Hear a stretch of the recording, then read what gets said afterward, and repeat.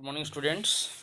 Today we will learn about some of the states which is situated in the western coastal plains. Life in the western coastal plains. The western coastal region of India includes the states of Gujarat, Maharashtra coast, Goa, Karnataka coast, Kerala, and the Union territories of Daman and Diu, Dadra and Nagar Haveli, and Lakshadweep Islands. You have already studied about Maharashtra and Karnataka in the previous chapter. Let's study about the rest of the states. Students, India का जो western coastal region है India का, उसमें कई सारे states हैं, है ना। उस कोस्टल रीजन पे जैसे गुजरात है, महाराष्ट्र है, Maharashtra coast, Goa, Karnataka coast, Kerala and union territories of Daman Dweep, Dadra and Nagar Haveli and Lakshadweep islands. तो कुछ स्टेट जैसे महाराष्ट्र, कर्नाटका के बारे में आपने प्रीवियस चैप्टर में स्टडी कर चुके किया है। और आइए हम लोग जो रेस्ट स्टेट्स हैं उनके बारे में एक एक करके स्टडी करते हैं। The first state is Gujarat. Gujarat lies in the north western corner of peninsular India. Gujarat जो है इंडिया, पेनिनसुलर इंडिया के नॉर्थ वेस्टर्न कॉर्नर पे है। Gandhinagar is the capital of Gujarat और इसकी कैपिटल गुजरात है। Gujarat is divided into 3 distinct geographical areas. Gujarat को 3 अलग अलग जोग्राफिकल एरियाज में डिवाइड किया गया है, जिन्हें हम सौराष्ट्र कहते हैं। Saurashtra, Rann of Kutch and mainland. The Sabarmati, Mahi, Narmada and Tapi are the major rivers that flow the Gujarat. ये सभी रिवर्स हैं जो कि गुजरात से होकर फ्लो करती हैं। Sabarmati, Mahi, Narmada and Tapi. The climate is hot in summer and cold in winter. यहाँ की जो क्लाइमेट है वो समर में हॉट होती है और विंटर में कोल्ड होती है। Gujarat receives less rain. Gujarat में जो रेनफॉल है वो क्या होती है, कम होती है। गुजरात में रेनफॉल जो है काफ़ी कम होती है। अब हम बात करेंगे गुजरात के लोगों के ऑक्यूपेशन के बारे में। Agriculture is the main occupation here. यहाँ की जो मेन ऑक्यूपेशन है वो एग्रीकल्चर है। The soil in this plains is black. यहाँ का जो सॉइल है वो क्या है, ब्लैक है। Which is suitable for growing cotton, जो कि कॉटन ग्रोइंग के लिए बहुत ही ज़्यादा सुटेबल है। और यहाँ पर कॉटन की जो खेती होती है वो बहुत अधिक होती है। Gujarat is the largest producer of cotton and groundnuts in India. पूरे इंडिया में कॉटन और ग्राउंडनट, ग्राउंडनट मीन्स मूंगफली, है ना। मूंगफली का इंडिया में सबसे ज़्यादा प्रोडक्शन करने वाला स्टेट गुजरात ही है। The main food crops grown here are bajra, jowar, rice and wheat. The cash crops include cotton, groundnuts, tobacco, oilseeds, spices, sugarcane and fruits. यहाँ जो मेन क्रॉप्स हैं यहाँ के वो बाजरा हैं, ज्वार, राइस एंड व्हीट। कॉटन और groundnut तो खैर है ही, लेकिन इसके अलावा यहाँ पर जो मेन क्रॉप है वो बाजरा है, ज्वार है, राइस है और व्हीट है। और कैश क्रॉप वो होता है जिसे फार्मर्स ग्रो करते हैं अपने सेल्फ कंजम्पशन के लिए नहीं, बल्कि वो उनको बेच करके और कैश यानी कि नगद अमाउंट, राशि प्राप्त करते हैं। तो ऐसे कैश क्रॉप जो किसान सिर्फ बेचने के लिए यानी कि कमर्शियल पर्पज से उगाते हैं उन्हें हम कैश क्रॉप्स कहते हैं। जैसे कॉटन है, ग्राउंडनट है, टोबैको है, ऑयल सीड है, स्पाइसेस, शुगर केन, फ्रूट्स, ये सब वहाँ के कैश क्रॉप हैं। Dairy farming is an important industry in Gujarat. Gujarat की एक बहुत ही इंपॉर्टेंट इंडस्ट्री है dairy farming. Amul factory, Amul का नाम आपने सुना होगा। अमूल का बहुत सारा डेयरी प्रोडक्ट्स मार्केट में अवेलेबल होगा, आपने उन्हें यूज़ भी किया होगा। आइसक्रीम है, पनीर है, चीज़ है, बहुत सारी चीज़ें वहाँ पे मार्केट में अवेलेबल है अमूल की, है ना। तो Amul factory is located at Anand in Gujarat. Gujarat में एक जगह है आनंद, तो वहाँ पे अमूल फैक्ट्री लोकेटेड है। Milk and milk products are produced here. यहाँ पे मिल्क और मिल्क प्रोडक्ट्स जो है प्रोड्यूस किए जाते हैं। Gujarat is also a major salt producing state. Students, जैसा कि आपको पता है कि गुजरात एक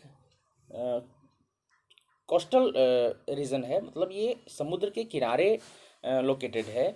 तो वहाँ से साल्ट बहुत ज़्यादा प्रोडक्शन होता है, समुद्र के पानी से साल्ट का प्रोडक्शन होता है। और जो आपने दांडी मार्च का नाम सुना होगा, वो गुजरात में ही है। तो गुजरात जो है बहुत ही बड़ा साल्ट प्रोड्यूसिंग स्टेट है, मतलब समुद्र के पानी से यहाँ साल्ट का प्रोडक्शन होता है। Gujarat is also famous for textiles and diamond industries. Gujarat अपने टेक्सटाइल और डायमंड इंडस्ट्रीज के लिए बहुत ही फेमस है।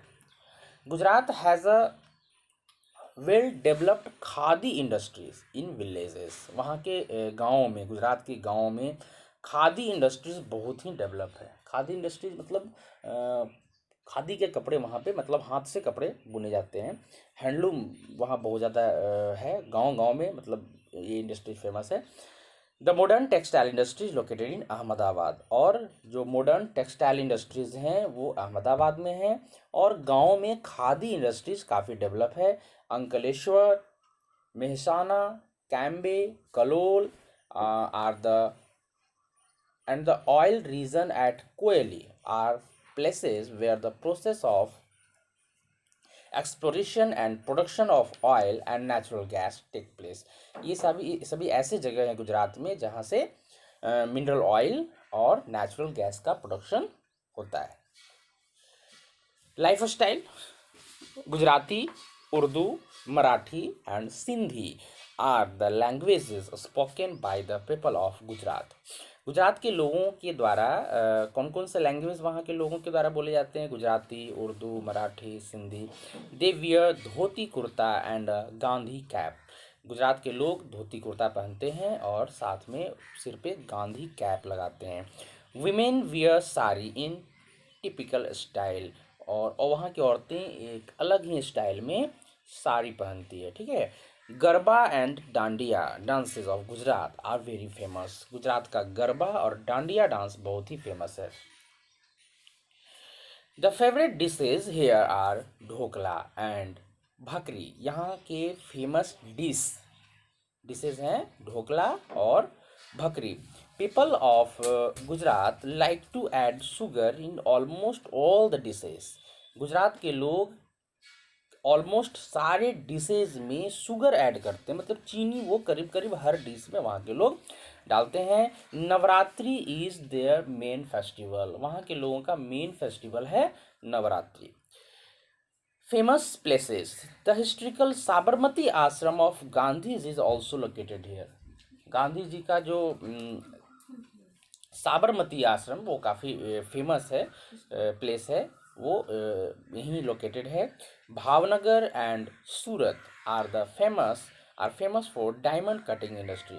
गुजरात का भावनगर और सूरत डायमंड कटिंग इंडस्ट्रीज के लिए काफ़ी फेमस है। Porbandar is famous because it is the birth place of Mahatma Gandhi. Gujarat में पोरबंदर जो जगह है वो काफ़ी फेमस है क्योंकि ये महात्मा गांधी का बर्थ प्लेस है। Kandla is a newly built port in Gujarat. Gujarat में कांडला जो है वहाँ का एक न्यूली बिल्ट पोर्ट है। कांडला एक पोर्ट है जो कि काफ़ी न्यूली, मतलब नया बनाया गया है, बहुत पुराना पोर्ट नहीं है, ये न्यूली बिल्ट पोर्ट है गुजरात में।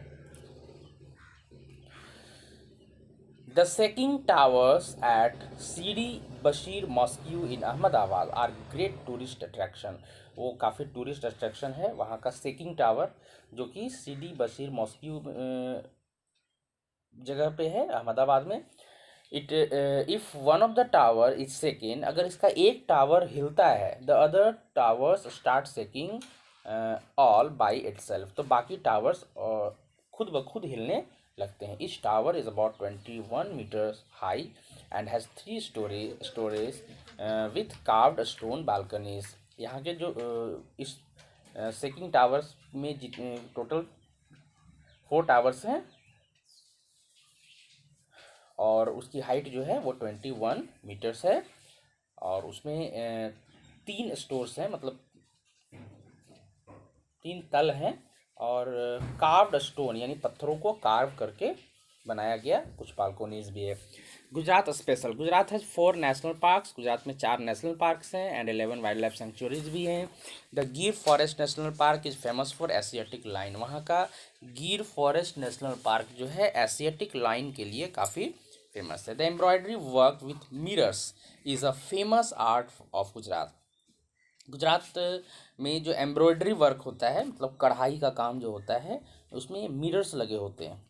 वो मिरर्स के साथ जो एम्ब्रॉयडरी वर्क है वो गुजरात में काफ़ी फेमस आर्ट है। तो ये तो बात हो गई गुजरात की। आइए अब हम लोग चलते हैं दमन एंड दीव।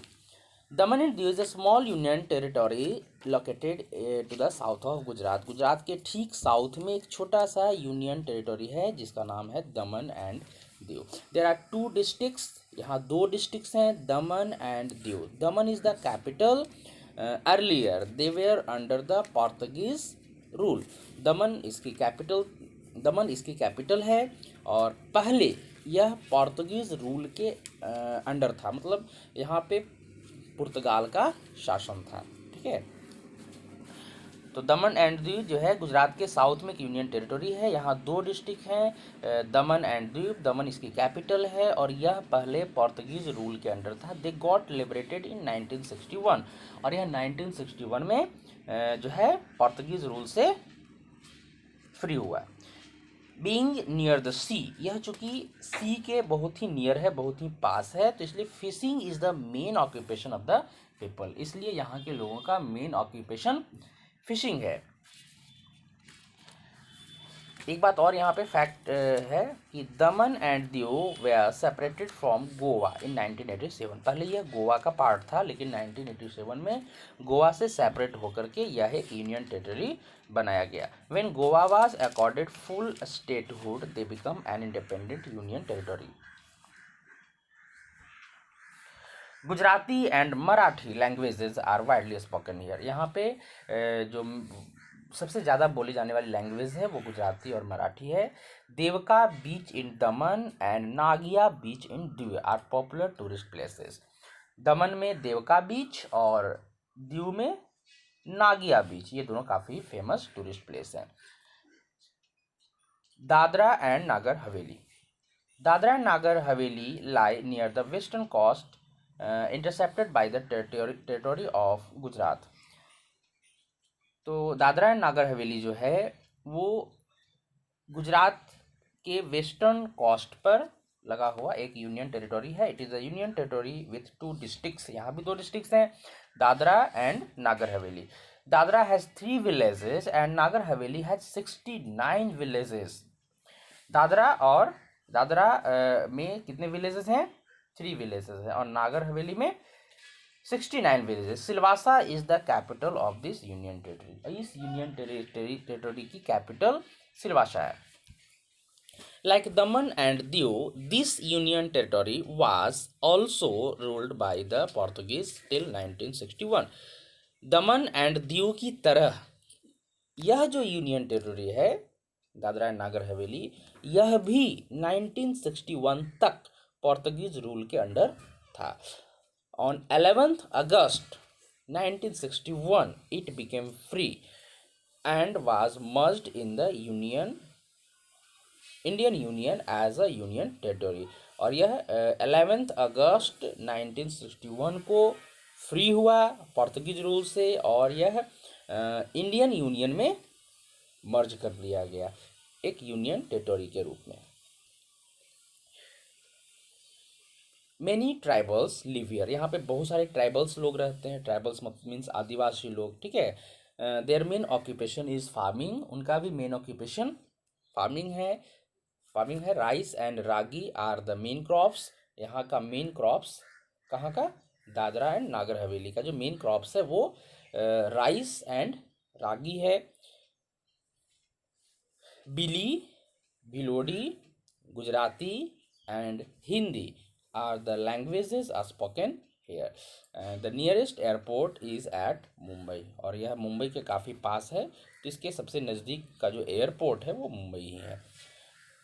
तो अभी हम लोगों ने वेस्ट इंडिया के वेस्टर्न कोस्ट पर मौजूद कुछ स्टेट्स के बारे में हम लोगों ने स्टडी किया, और अभी और भी कुछ स्टेट्स बाकी हैं जो हम लोग नेक्स्ट वीडियो में देखेंगे। ओके स्टूडेंट्स, आज के लिए इतना ही। आप इस वीडियो को दोबारा एक बार दो बार देखें और इन स्टेट्स के बारे में जानने की कोशिश करें। और इसके साथ ही मैं एक वीडियो और भी अपलोड कर रहा हूँ जिसमें आपको सारे इंडियन स्टेट्स और साथ में उनकी कैपिटल और यूनियन टेरिटरी को भी देखने को मौका मिलेगा। आप उसे अच्छी तरह से याद कर लीजिएगा।